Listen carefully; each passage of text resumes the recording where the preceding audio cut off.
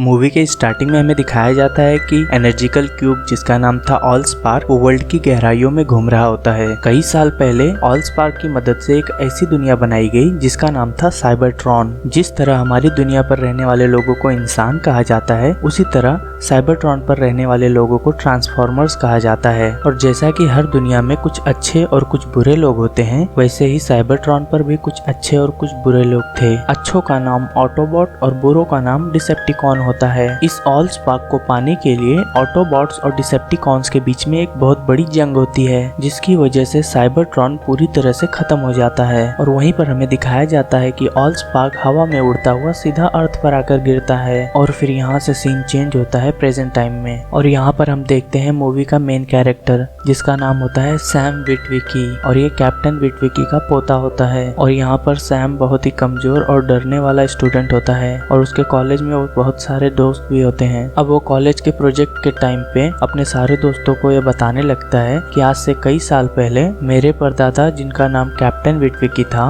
जिन्होंने कई साल पहले एक ऐसी चीज को डिस्कवर किया जिसका क्रेडिट उन्हें आज तक नहीं मिल पाया, मगर मैं जानता हूँ वो ऐसी खोज पर थे जिसके दुनिया के सामने आते ही वो दुनिया का रुख पलट सकती थी, मगर ऐसा नहीं हो पाया था। और जब उसके कॉलेज की छुट्टी होती है तो उसके डैड वहाँ पर उसे लेने के लिए आते हैं, और वहाँ से वो दोनों उसके लिए एक नई कार लेने के लिए जाते हैं। पहले तो सैम नई कार की शोरूम को देखकर बहुत ही खुश हो जाता है, लेकिन फिर उसके डैड कहते हैं, नहीं बेटा, मैं तुम्हारे लिए इतनी महंगी कार नहीं खरीद सकता, मैं तुम्हें एक सस्ती सी कार दिलवाने वाला हूँ। और तभी उसके डैड उसे एक कार मैकेनिक के पास लेकर पहुँच जाते हैं। कार मैकेनिक के पास बहुत सी पुरानी कार होती है। तभी सैम को एक कार पसंद आ जाती है, और उसे वो बहुत पसंद आती है, और अपने डैड से कहता है कि मैं इसे लेना चाहूंगा। इसके बाद सैम उस कार को अपने साथ अपने घर लेके जाता है। वहीं दूसरी तरफ हमें यूएस मिलिट्री का कैंप दिखाया जाता है। कतर के अंदर यहाँ पर कई सारे सोल्जर्स अपना मिशन खत्म कर आए हुए होते हैं, और तभी वहाँ पर एक डिसेप्टिकॉन पहुँच जाता है, और वहाँ पहुँचकर एक एक आदमी को मारने लगता है। और साथ ही एक छोटी रोबोट की मदद से वो यूएस मिलिट्री के सारे सीक्रेट्स और कॉन्फिडेंशियल रिपोर्ट्स डाउनलोड करने लगता है। और वहाँ पर काफी सोल्जर्स मौजूद होते हैं, और वो उसे रोकने की कोशिश भी करते हैं। वो उसके ऊपर काफी सारी गोलियां और रॉकेट लॉन्चर्स भी छोड़ते हैं, मगर वो डिसेप्टिकॉन इतना ज्यादा ताकतवर होता है कि उसके आगे कुछ भी काम नहीं कर रहा होता है, और वो एक एक करके सभी को मार देता है। और सीन चेंज होता है, और हमें दिखाया जाता है कि सैम अपने दोस्त के साथ में एक बिना बुलाए पार्टी में आ जाता है। यहाँ पर उसकी फ्रेंड होती है जो उसकी क्रश होती है, और वहाँ पर उसका एक और फ्रेंड भी होता है जो काफी एटीट्यूड में रहता है। वो अपनी फ्रेंड को मना कर देता है कि ड्राइविंग मैं करूंगा। इस वजह से उसे गुस्सा आ जाता है और वो वहाँ से जाने लगती है। तभी वहाँ पर मौका देखकर सैम उसे अपनी गाड़ी से ड्रॉप करने के लिए जाता है, और सैम कहता है कि अगर तुम कहो तो मैं तुम्हें ड्रॉप कर सकता हूँ। उसकी फ्रेंड उस बात को मान जाती है और उसके साथ में गाड़ी में बैठ जाते हैं। और तभी थोड़ी दूर जाने के बाद गाड़ी के अंदर ऑटोमेटिकली सॉन्ग्स चालू हो जाते हैं, मगर सैम अपने फ्रेंड को कहता है कि ये गाड़ी खराब है, ये कभी कभार खुद ब खुद चलने लगती है। और थोड़ी दूर जाने के बाद गाड़ी खराब हो जाती है, और तभी उसकी फ्रेंड बोलती है कि मैं इस गाड़ी को ठीक कर सकती हूँ क्योंकि मेरे डैड कार मैकेनिक थे। और जब वो उस गाड़ी को ठीक कर रही होती है कि तभी अचानक से उस गाड़ी को छोड़कर चली जाती है और बोलती है मैं यहाँ से खुद ब खुद चली जाऊंगी। और तभी थोड़ी देर बाद वो कार खुद ब खुद स्टार्ट हो जाती है, और सैम अपनी गाड़ी को लेकर घर पहुंच जाता है। और सैम ये जानता है कि अगर उसे फ्रेंड्स बनाने हैं तो उसे महंगे महंगे कपड़े और महंगे चीजें करनी पड़ेंगी, ताकि ये सब चीजें देखकर उसकी फ्रेंड खुश हो जाए। और वहीं पर वो पैसों को कमाने के लिए अपने घर में पड़े पुरानी चीजों को बेचने लगता है, जिसमें उसके परदादा का चश्मा भी होता है, जिसके अंदर ऑलस्पार्क क्यूब की लोकेशन होती है। हालांकि उसे इस बात का कोई पता नहीं होता। वो चश्मे को ईबे पे बेच देता है। अगले सीन में हमें नेशनल मिलिट्री कमांड सेंटर दिखाया जाता है, जिसका नाम होता है पेंटागन। और वहाँ पर यूएस के सभी बड़े बड़े एजेंट्स मौजूद थे, और सभी मिलकर इस बात पर बात कर रहे होते हैं कि आखिर कतर की बेस पर किस कंट्री ने हमला किया, क्या वो रूस था या फिर जापान। इस बारे में सारी इंफॉर्मेशन इकट्ठा करने के लिए वो अपनी सारी टीम को लगा देते हैं। और वहीं दूसरे सीन में हमें दिखाया जाता है कि प्लेन F1 में कैप्टन्स अपने टीम के साथ में कहीं जा रहे होते हैं, और यहीं पर हम देखते हैं कि एक डिसेप्टिकॉन एक रेडियो की शक्ल में उस प्लेन पर आ जाता है, और वो सीक्रेट रूम में जाके कई सारे सीक्रेट्स फाइल को डाउनलोड करने की कोशिश करता है। लेकिन सीक्रेट रूम और पेंटागन आपस में इंटरकनेक्टेड होते हैं, जिस वजह से पेंटागन में अलर्ट आता है, और उन्हें पता चल जाता है कि उस प्लेन में कोई इंसान इंसान मौजूद है जो इन्फॉर्मेशंस को हैक कर रहा है, तो वो उसकी पावर को कट करने की कोशिश करते हैं। और अब हम यहाँ पर देखते हैं कि डिसेप्टिकॉन ने 98% अपने वर्क को कंप्लीट कर लिया है और पेंटागन के लोगों ने वहाँ का इन्फॉर्मेशंस बंद कर दिए थे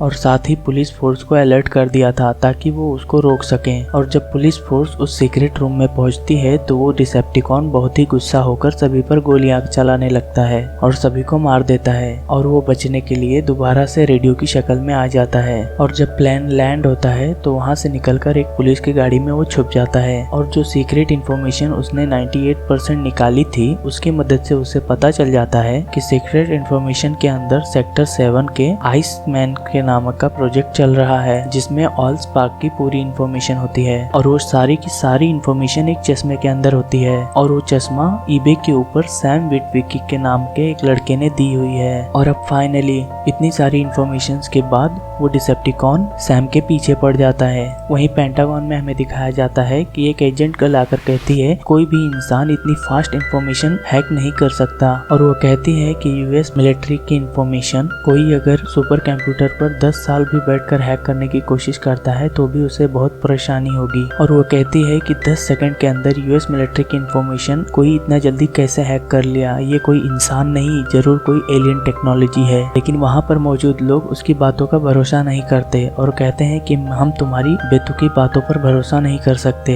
और साथ ही उस गर्ल को जॉब से भी निकाल देते हैं। लेकिन वो गर्ल हार नहीं मानती क्योंकि उसे पता था कि कोई भी इंसान इस काम को नहीं कर सकता और वो कंप्यूटर से उस ऑडियो को अपने मेमोरी कार्ड में कॉपी कर चुपचाप से वहाँ से निकल जाती है और सीधा अपने एक फ्रेंड के पास जाती है जो कि एक कंप्यूटर हैकर होता है और वो उसे कहती है कि मेरे पास एक ऐसा काम है जिसे करने में तुम्हें बहुत मजा आएगा। फिर वो उससे पूछता है क्या वो काम खुफिया है, तो वो कहती है कि ये काम इतना खुफिया है कि अगर हम इसे पकड़ते हुए पकड़े गए तो हमें पूरी जिंदगी जेल में गुजारनी पड़ेगी। और इस बात को सुनकर उसके फ्रेंड को लगता है कि ये काम बहुत बड़ा है और वो अपने हैकिंग स्किल से उस ऑडियो को डिकोड करने लगता है और फिर उन्हें पता चलता है कि ये सेक्टर 7 के आइस मैन प्रोजेक्ट से रिलेटेड है। लेकिन ये चीज है क्या, इसके बारे में उन्हें कुछ नहीं पता होता और वो चुपचाप उस इन्फॉर्मेशन को डिकोड कर रहे होते हैं कि तभी इस बात की इन्फॉर्मेशन पेंटागन को हो जाती है और फिर वहाँ पर पेंटागन के सोल्जर्स आकर वहाँ उन्हें अपने साथ पकड़कर ले जाते हैं। और वहीं दूसरी तरफ हम देखते हैं कि सैम की कार ऑटोमेटिक चलने लगती है और इस बात को देखकर सैम चौंक जाता है और उसके पीछे जाने लगता है और थोड़ी दूर जाने के बाद वो कार अपने दोस्तों ऑटोबॉट्स को मैसेज देती है कि मैं सेफ हूँ और अर्थ पर हूँ। और ये सब देखकर सैम काफी ज्यादा डर जाता है और अपने मोबाइल पर कुछ मैसेज रिकॉर्ड करता है और कहता है कि अभी मैंने यहाँ पर कुछ इलीगल एक्टिविटी देखी है जो कि बहुत अजीब है, जिसको देखने के बाद कोई मुझे जिंदा नहीं छोड़ेगा और मैं पुलिस से प्रोटेक्शन चाहता हूँ और जितना जल्दी पुलिस यहाँ पर आ जाए मेरे लिए अच्छा होगा। और तभी कुछ देर बाद पुलिस वहाँ पर आ जाती है और सैम उनके सामने जाकर कहता है मेरी कार खुद ब खुद यहाँ पर चलकर आ गई और मैं नहीं जानता ये कार यहाँ पर कैसे आई, लेकिन वहाँ पर कुछ तो अजीब है। लेकिन पुलिस उसकी कोई भी बात नहीं मानती। तभी हमें दिखाया जाता है कि कतर बेस कैंप से बचे हुए कुछ सोल्जर्स जिनको लीड कर रहा होता है उनका कर्नल, वो सब एक गांव के पास पहुंचते हैं। लेकिन तभी वहां पर डिसेप्टिकॉन्स आकर उन पर हमला कर देते हैं। लेकिन वो अपने हेड ऑफिस पर रेडियो के द्वारा इन्फॉर्म कर देते हैं कि कुछ अजीब चीजें हमारे ऊपर हमला कर दी हैं जिसको इंसान नहीं संभाल सकते, आप लोग यहाँ पर हैवी फोर्सेस भेजनी होंगी। और तभी पेंटागन से मिलिट्री के फाइटर जेट्स भेज देते हैं और जब तक फाइटर जेट्स आ रहे होते हैं तब तक वो सोल्जर्स उन डिसेप्टिकॉन से लड़ रहे होते हैं और जब फाइटर जेट्स आते हैं तो वो उन ट्रांसफॉर्मर्स को खत्म कर देते हैं। और वहीं सैम को दूसरी तरफ दिखाया जाता है जहाँ पर वो अपनी कार से बहुत ही ज्यादा डर चुका होता है और वो अपनी मम्मी की साइकिल उठाकर भागने लगता है, लेकिन उसके पीछे उसकी कार भी भागने लगती है और वो भागते भागते एक गोडाउन में पहुंचता है जहाँ पर उसे एक पुलिस की कार मिलती है और वो उनसे मदद मांगता है और बोलता है कि मेरी कार है जो एक रोबोट में बदल जाती है और वो अब मेरा पीछा भी कर रही है और मुझे आपकी मदद चाहिए, प्लीज मेरी मदद कीजिए। और तभी देखते देखते वो पुलिस की कार रोबोट में बदल जाती है और वो उसकी जान लेने की कोशिश करती है और तभी वो उससे ऑल मार्क्स के बारे में पूछती है और सैम बहुत ज्यादा डर जाता है और तभी अचानक से उसकी कार वहीं पर पहुंच जाती है और उस लड़ाई में सैम की फ्रेंड भी होती है। सैम की कार उन दोनों को लेकर तुरंत वहां से निकल जाती है, लेकिन वो डिसेप्टिकॉन उन्हें ढूंढ लेता है और यहाँ पर हम देखते हैं कि डिसेप्टिकॉन और ऑटोबॉट के बीच में लड़ाई होती है और यहीं पर हम देखते हैं उस छोटे डिसेप्टिकॉन को जो सैम के दोस्त के पर्स में उसके मोबाइल की तरह बंद लेकर छुप जाता है और फिर सैम की कार उन्हें लेकर वहाँ से निकल जाती है। थोड़ी देर बाद सैम की दोस्त उसे बोलती है कि ये कार काफी पुरानी है। फिर वो ऑटोबॉट पास से निकल रही एक शेवरलैंड कैम्ब्रॉन को स्कैन करता है और अब वो एक नई कार में बदल जाता है। और वहीं दूसरी तरफ हम देखते हैं कि आसमान में कई सारे मेट्रॉइड्स आ रहे होते हैं जो कि धरती पर आकर गिरते हैं और वो सारे के सारे ट्रांसफॉर्मर्स होते हैं और सभी ट्रांसफॉर्मर्स कई सारी गाड़ियों का रूप लेते हैं और एक जगह पर यूनाइट होते हैं। और अब वो सारे ऑटोबॉट्स सैम के कार के पास आते हैं और फिर सैम उनसे पूछता है कि तुम्हारा धरती पर आने का मकसद क्या है। फिर ऑटोबॉट्स का लीडर सैम को बताता है कि हमारे यहाँ साइबरट्रॉन में एक बहुत बड़ी जंग छिड़ गई थी जो कि ऑटोबॉट्स और डिसेप्टिकॉन्स के बीच में हुई थी और डिसेप्टिकॉन्स का लीडर ऑलस्पार्क का सारी ताकत पाना चाहता था और हमारा स्पेस ऑलस्पार्क की ताकत की वजह से चलता था। लेकिन कुछ सालों पहले ऑलस्पार्क तुम्हारे अर्थ पर आकर गिर गया जिसकी वजह से डिसेप्टिकॉन्स अर्थ पर आ गए ऑलस्पार्क को ढूंढते ढूंढते। अगर डिसेप्टिकॉन को ऑलस्पार्क मिल जाता है तो वो हर तरफ तबाही मचा देगा, सब कुछ बर्बाद कर देगा और जिस तरह तुम जी रहे हो इस तरह ये धरती नहीं रहेगी, ये भी वो उसे साइबरट्रॉन की तरह तब्दील कर देगा और इसीलिए उस ऑलस्पार्क की लोकेशन को ढूंढना बहुत जरूरी है। और फिर वो ऑटोबॉट सैम को कहता है कि तुम्हारे चश्मे पर ऑलस्पार्क की लोकेशन है। ऑटोबॉट पूछता है सैम से तुम्हारा चश्मा कहाँ है। सैम कहता है वो चश्मा घर पर है। फिर सारे ऑटोबॉट्स कार्स की शक्ल में आकर सैम के घर पर जाते हैं और सैम अपने उस चश्मे को ढूंढने की कई कोशिश करता है। लेकिन कुछ देर बाद ऑटोबॉट सारे अपने असली रूप में आकर सैम से पूछते हैं कि तुम्हें कितना टाइम लगेगा। सैम उनसे बोलता है कि आप लोग रुकिए, मैं उसे ढूंढ रहा हूँ। और जब फाइनली सैम को चश्मा मिल जाता है तब वो उस चश्मे को लेकर आ ही रहा होता है कि तभी वहाँ पर सेक्टर 7 के एजेंट्स आ जाते हैं और वो सैम को पकड़ लेते हैं और कहते हैं कि तुमने एक ऐसी चीज देखी है जो टॉप सीक्रेट है। वो एजेंट सैम को बताता है कि हम लोग पुलिस वाले या सीबीआई नहीं बल्कि हम लोग ऐसे डिपार्टमेंट से आते हैं जो एनियल टेक्नोलॉजी पर खोज करते हैं। और अब ये बात सुनकर वो सभी लोग उनके साथ चले जाते हैं। लेकिन तभी ऑटोबॉट्स वहाँ पर आ जाते हैं और वो लोग सैम को बचा लेते हैं। लेकिन ऑटोबॉट्स अगर चाहते तो उन सभी लोगों को मार सकते थे,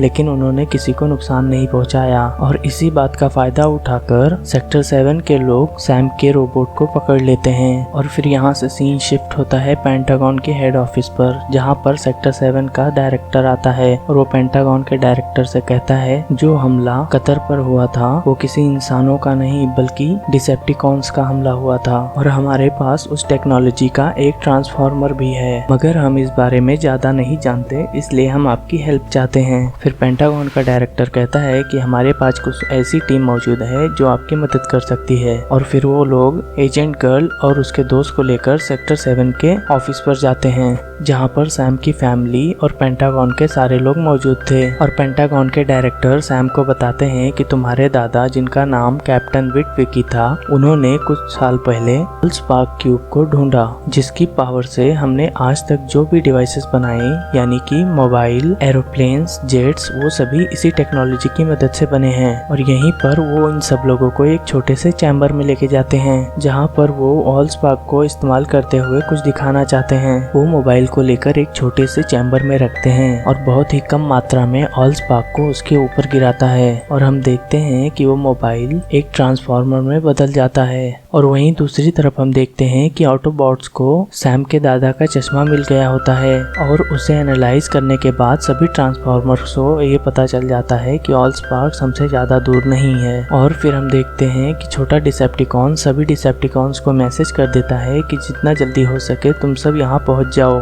और देखते ही देखते सभी डिसेप्टिकॉन्स वहाँ पर आ जाते हैं और वो सभी सैम के पीछे पड़ जाते हैं। और फिर हम यहाँ पर देखते हैं कि ऑटोबॉट्स और डिसेप्टिकॉन्स के बीच में लड़ाई हो जाती है। हम देखते हैं 5 ऑटोबॉट्स होते हैं और 7 डिसेप्टिकॉन्स और यहाँ पर डिसेप्टिकॉन्स का लीडर मेगाट्रॉन भी आ जाता है और यहाँ पर बहुत बड़ी फाइट होती है। और दूसरी तरफ सैम ऑलस्पार्क को छुपाने की कोशिश करता है और वो रोबोट सैम को कहता है अगर मुझे कुछ हो गया तो ये ऑलस्पार्क मेरे ऊपर गिरा देना जिससे ये ऑलस्पार्क खत्म हो जाएगा। और जब ये ऑलस्पार्क खत्म हो जाएगा तो डिसेप्टिकॉन्स भी तुम्हारे अर्थ से चले जाएंगे। और फिर हम यहाँ पर देखते हैं कि मेगाट्रॉन सभी ऑटोबॉट्स से फाइट करता है है और मेगाट्रॉन काफी ताकतवर होता है और इसे देखकर सैम को बर्दाश्त नहीं होता और सैम मेगाट्रॉन के पास पहुंच जाता है और वो सैम ऑलस्पार्क की पावर उसके अंदर डाल देता है जिससे मेगाट्रॉन की डेथ हो जाती है। और यहाँ पर हम देखते हैं कि अर्थ पर बहुत बड़ा खतरा आने से रुक जाता है और ऑटोबॉट्स ये जानते हैं कि मेगाट्रॉन का छोटे से छोटा टुकड़ा भी रहा तो डिसेप्टिकॉन्स उसका पीछा करते रहेंगे और फिर वह ऑटोबॉट ऑलस्पार्क के टुकड़ा उस डिसेप्टिकॉन से निकाल लेता है और उसे यूएस मिलिट्री को दे देता है।